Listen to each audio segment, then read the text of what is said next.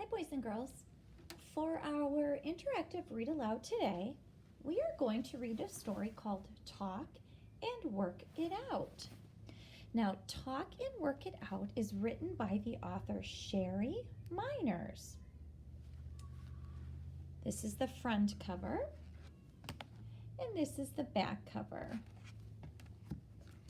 We open up. This is the title page. Talk and Work It Out by Sherry Miners, illustrated by Meredith Johnson. This is the dedication page. Oftentimes the author or the illustrator or both will dedicate the book to someone. And so this dedication says, to my nieces and nephews, Chris, Katie, Laura, James, Nevin, Emily, Julie, and Christine, who chose to work out problems peacefully.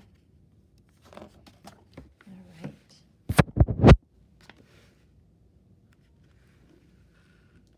I'm learning to get along with lots of people. Sometimes I don't agree with a person. It's okay to have different ideas.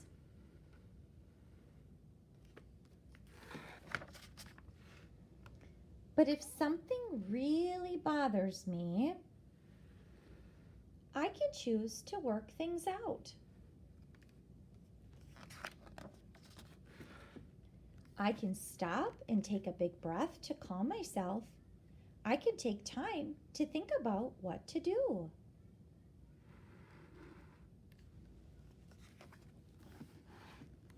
I may want to talk about the problem.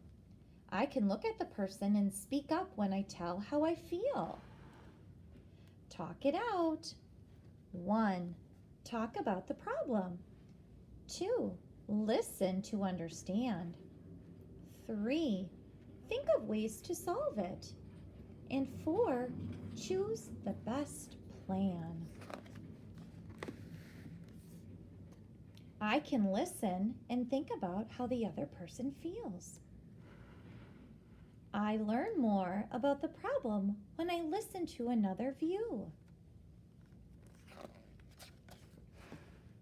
I can say back what I hear.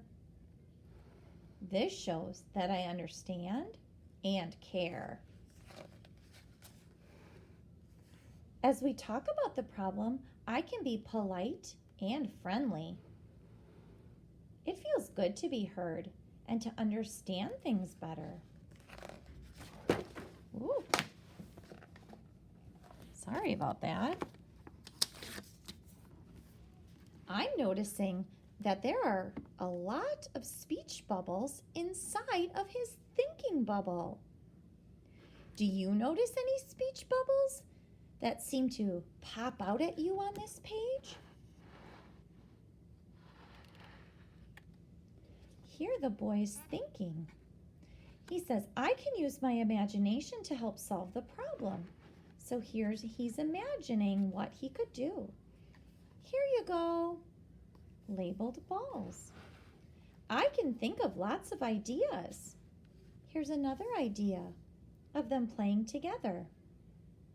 And another idea in his think bubble, and his speech bubble says, you can use it first. I can answer the person to help find an answer. What do you think?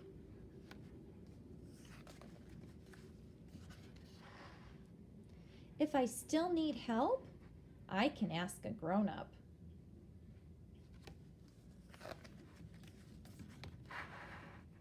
I can think about each idea. What might happen? Will we both be happy?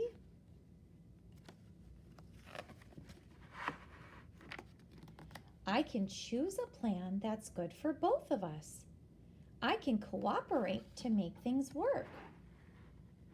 I might share or take turns or do something nice.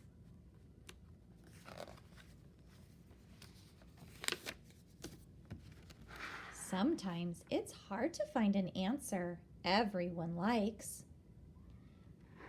I can show respect. I'm thinking that this author wrote this book to teach readers about getting along with others. Why do you think the author wrote this book?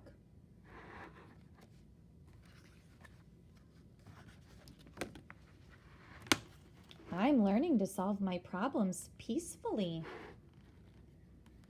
Getting along can be more important than getting everything I want.